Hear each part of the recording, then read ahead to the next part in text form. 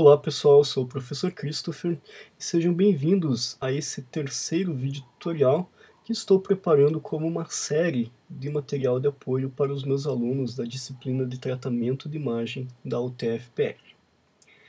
Então, esse terceiro exercício tem por objetivo introduzir algumas técnicas de seleção e trabalhar com montagem simples de imagens no Photoshop. As especificações do exercício, vamos dar uma olhada lá como é que elas eram, me diz então que o tamanho da imagem final tem que ser 1024 pixels por 768 pixels e que o formato para salvar esse arquivo final é em TIFF, sem camadas e sem compressão, e eu preciso salvar dois arquivos TIFF, um com modo de cor CMYK e outro RGB. Tá, mas o que eu preciso fazer? Quais são as imagens que são referência para esse exercício? Então vamos dar uma olhada lá no Photoshop. Temos aqui, primeiro, a imagem dessa paleta e a imagem dessa mesa toda rabiscada, toda pichada. O que eu preciso fazer com essas duas imagens é uma montagem simples, como eu consigo ver aqui no resultado do exercício. Então eu tenho que colocar a imagem dessa paleta aqui, recortar o fundo e tudo, e colocá-la sobre a mesa como se ela estivesse nesse cenário aqui. Certo, pessoal? Então, como que eu vou fazer isso? Primeiro de tudo, vou pegar a imagem da mesa e vou analisar como é que está essa imagem.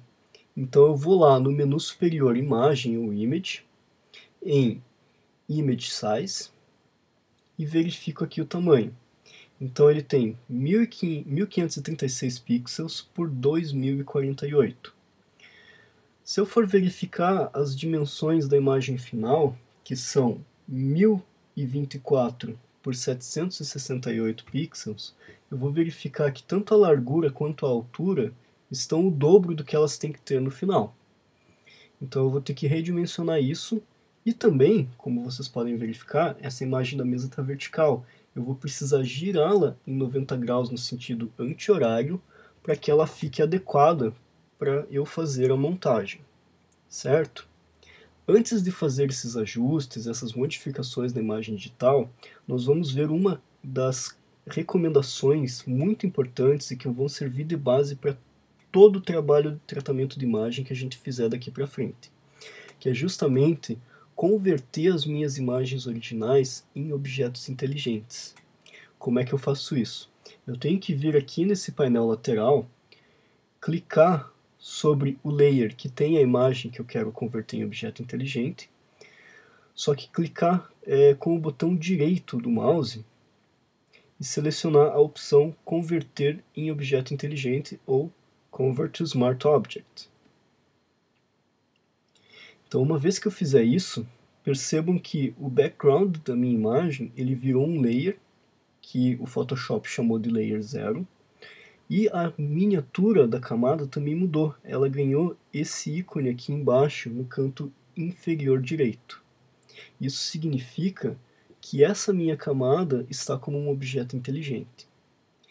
Além de converter a minha imagem para objeto inteligente, outra coisa importante que eu preciso fazer é dar um nome adequado para essa camada, porque o nome Layer 0 não me diz efetivamente nada sobre ela.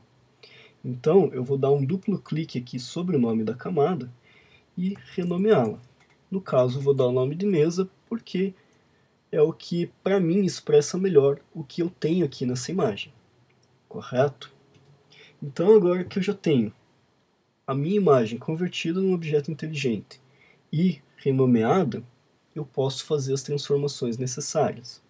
A primeira que eu vou fazer é o giro dessa imagem em 90 graus no sentido anti-horário. Como é que eu faço isso?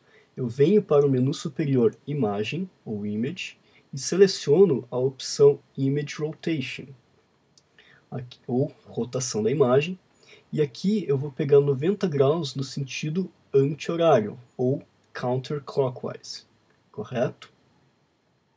Clicando ali, o Photoshop vai girar a minha imagem em 90 graus nesse sentido que eu defini. Esse tipo de transformação não necessariamente vai alterar os pixels da minha imagem, mas vai dispô-los de uma forma diferente. Então, a princípio, eu nem precisaria converter em objeto inteligente para fazer esse tipo de alteração.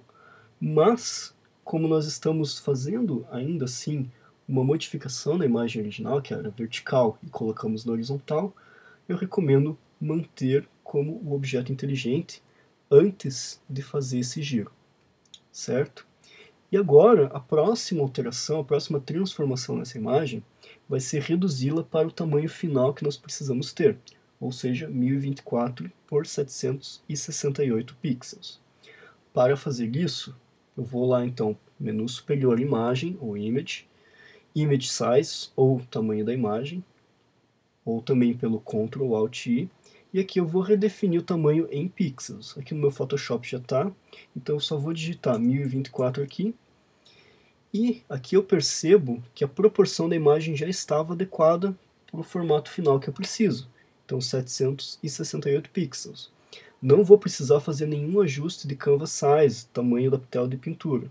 Então aqui ela já está ok, é só confirmar essa modificação e já tenho a minha imagem do tamanho que ela precisa ser. Vamos dar uma olhada nesse objeto inteligente. Se eu clicar duas vezes aqui, dar um duplo clique na miniatura da imagem, ele vai abrir a imagem original que está guardada lá dentro. Vamos ver isso? Então olha aqui, a minha imagem vertical. Se eu for no Image Size, eu vou ver que ela está com 1536 por 2048. Então aqui está a cópia da minha imagem original. Se eu precisar fazer alguma alteração, precisar aumentar, precisar mudar qualquer detalhe na imagem, eu posso voltar para essa imagem original a hora que eu quiser. Certo? Então aqui eu só vou dar um zoom para ele ajustar o tamanho da imagem à minha tela. Isso eu consigo fazer com o atalho Ctrl e 0 no teclado numérico. E aqui eu já tenho essa imagem preparada para fazer a montagem. O que eu preciso fazer agora é ir para a imagem da paleta e fazer os recortes para conseguir inseri-la aqui. Então vamos lá. Tenho aqui a imagem da paleta e eu preciso fazer o quê? Eu preciso recortar os objetos desse fundo branco. Um detalhe muito importante é que eu não vou excluir esse fundo branco. Eu vou sempre buscar manter o máximo possível da minha imagem original. Não vou apagar nada dela, não vou jogar nenhum detalhe fora. Então aqui, para fazer esse recorte, em vez de apagar esses pixels brancos do fundo, eu vou criar uma máscara de recorte. Ah, como é que eu faço isso? Já chegaremos lá.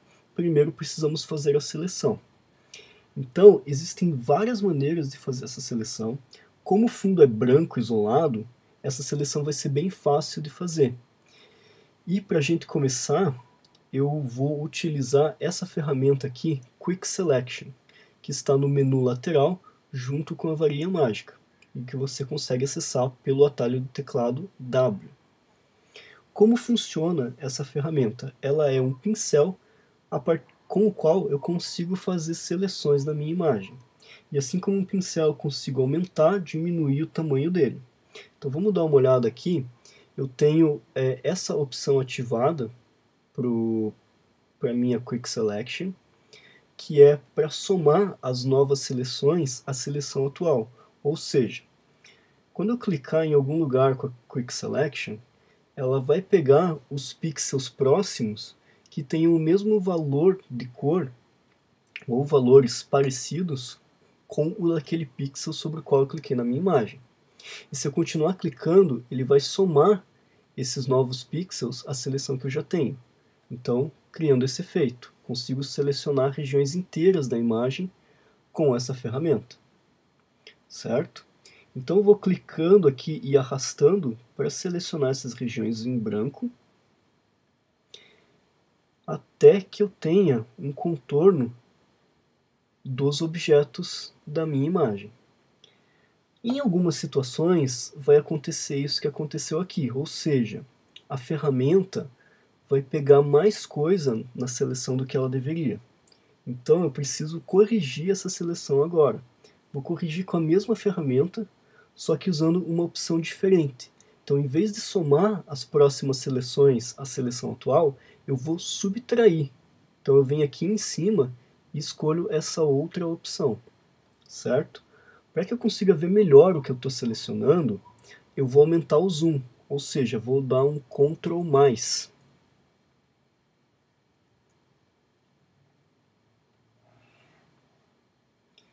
E pego a região da minha imagem aqui, na qual eu quero fazer a seleção correta agora. Então venho com o pincel aqui, pegando a parte do pincel que eu quero tirar, né, que ele selecionou a mais na ferramenta. E aqui, para pegar essa região que ele não selecionou direito, eu vou ter que diminuir o tamanho do pincel da minha ferramenta. Então aqui onde está 39, eu vou colocar um número menor, algo em torno de uns 10 pixels, qualquer coisa desse tipo. Certo? Que agora eu consigo pegar mais detalhes para fazer essa seleção. E venho aqui, clicando e arrastando, até conseguir a seleção que eu desejo. Certo? Então aqui a minha seleção já está bem melhor do que ela estava originalmente.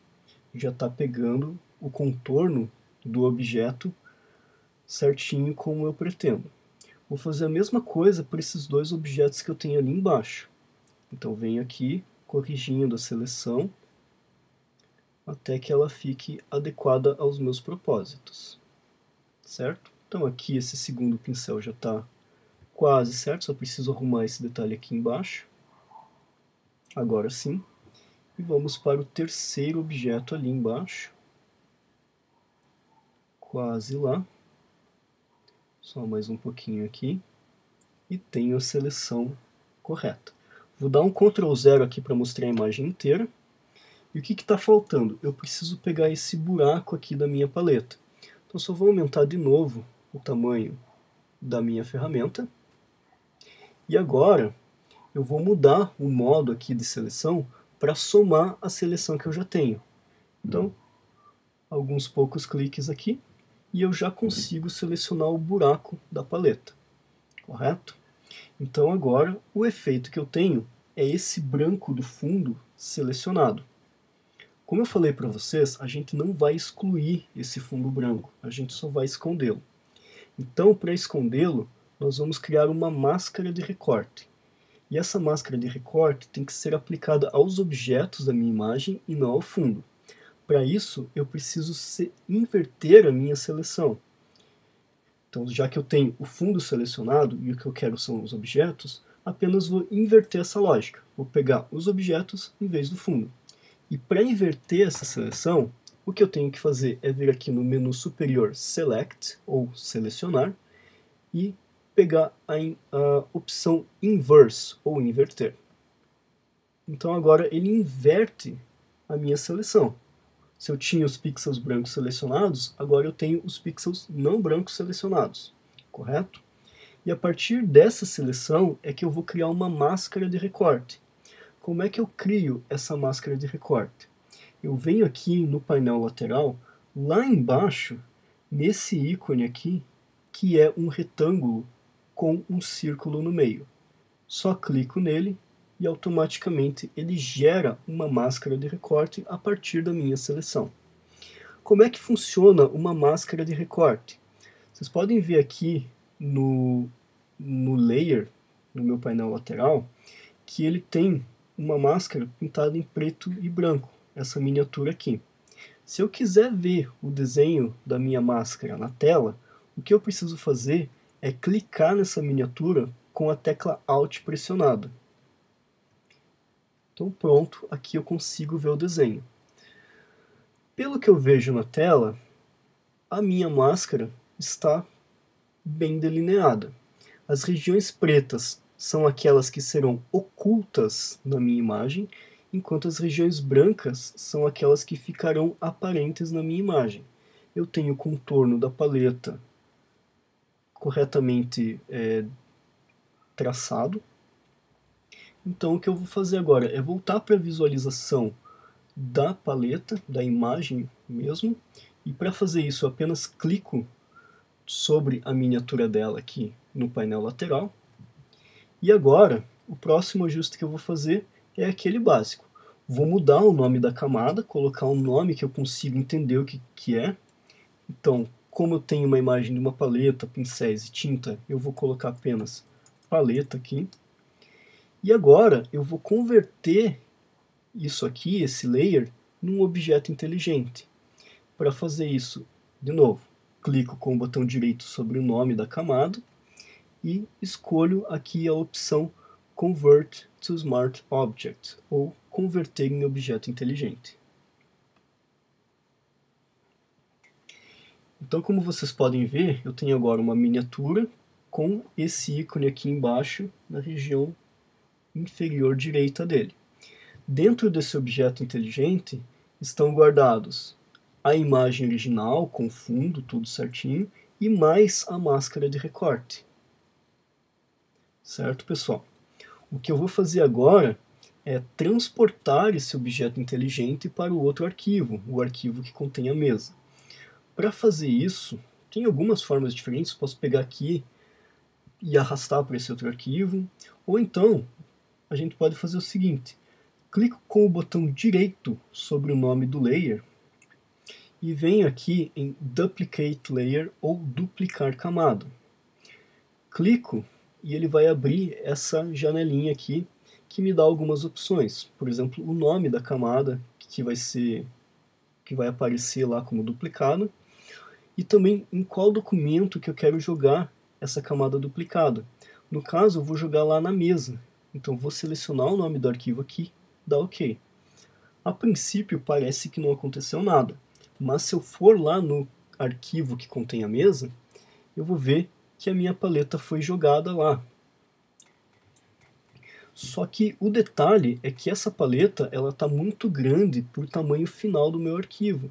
Então eu vou precisar redimensionar, vou precisar girar essa paleta para que ela se insira nessa composição de maneira adequada. E como é que eu vou fazer isso? Primeiro de tudo, eu vou reduzir um pouco o layer, então nas teclas Ctrl e menos, mais ou menos aqui. E agora eu vou pegar esse layer da paleta e vou aplicar uma transformação livre nele. Como é que eu faço isso?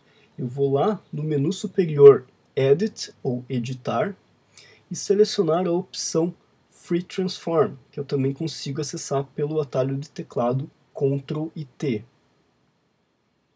Então, vocês podem perceber que quando eu aciono essa opção do Free Transform, ou transformação livre, ele aparece aqui uma caixa delimitadora ao longo da extensão desse objeto que está na camada selecionada.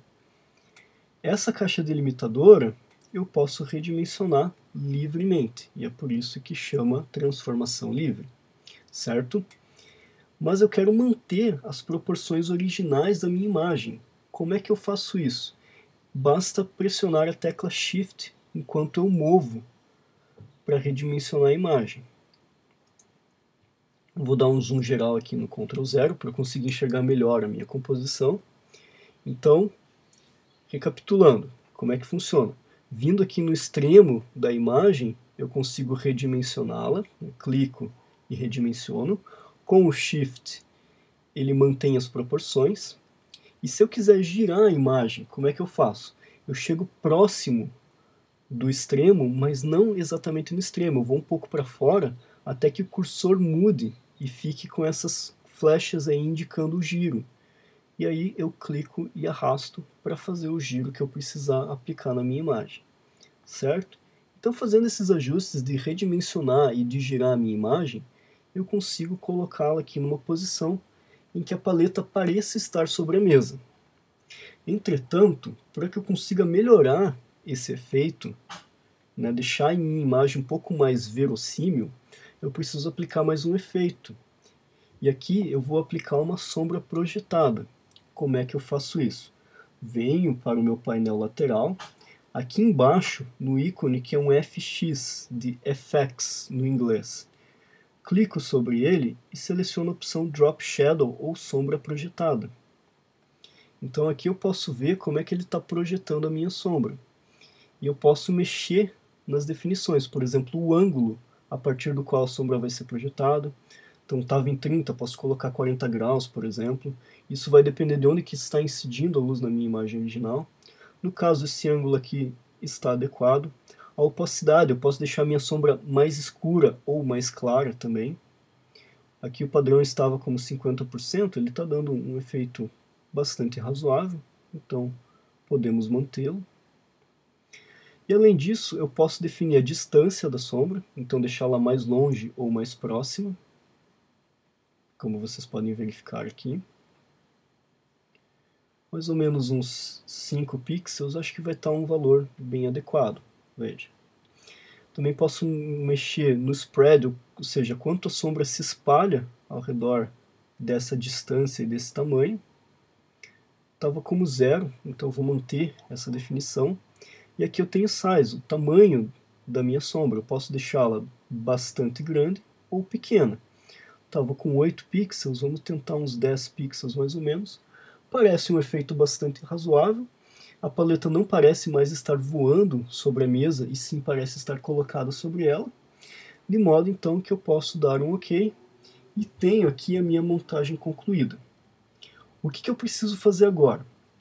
Então, se eu pegar as especificações do exercício 3, eu vou ver que eu tenho que salvar em formato TIFF e duas versões. Uma em modo de cor CMYK e outra em modo de cor RGB.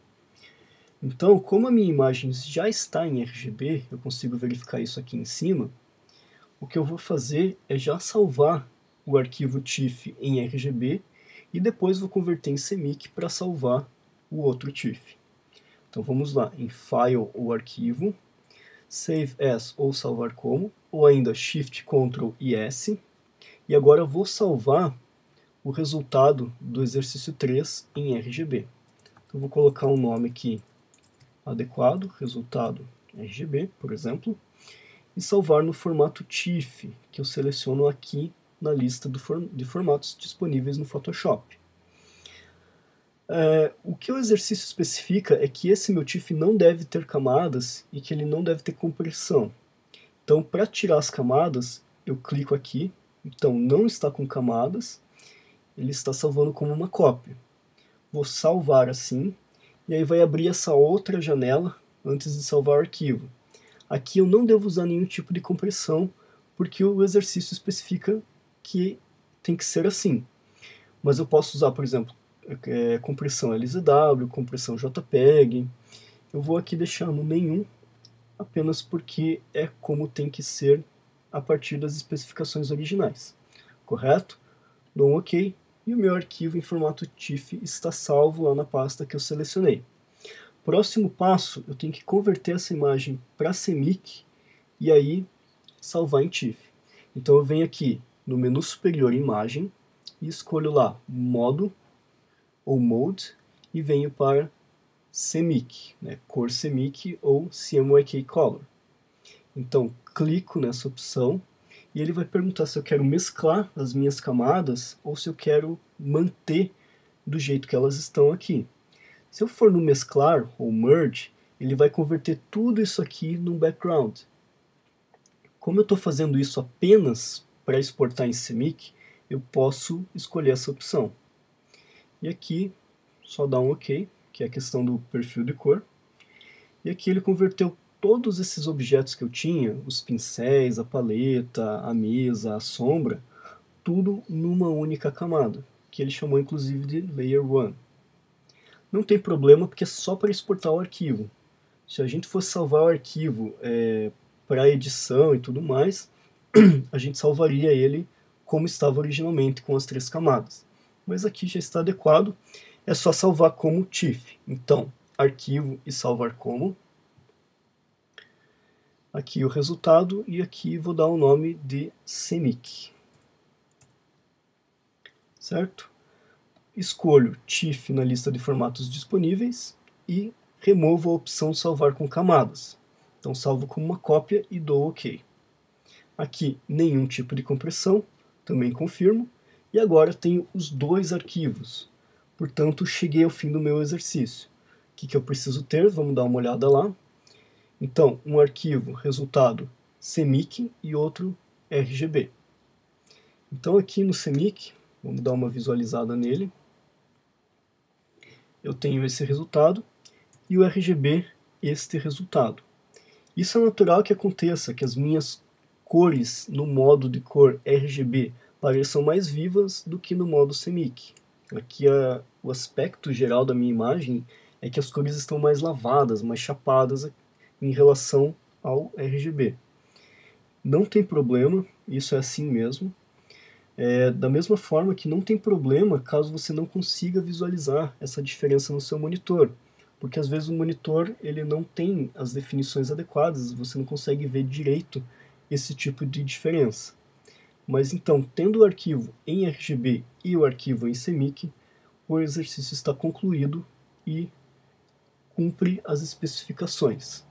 Certo? Então, pessoal, então eu fico por aqui e vejo vocês no próximo exercício de tratamento de imagem. Até mais!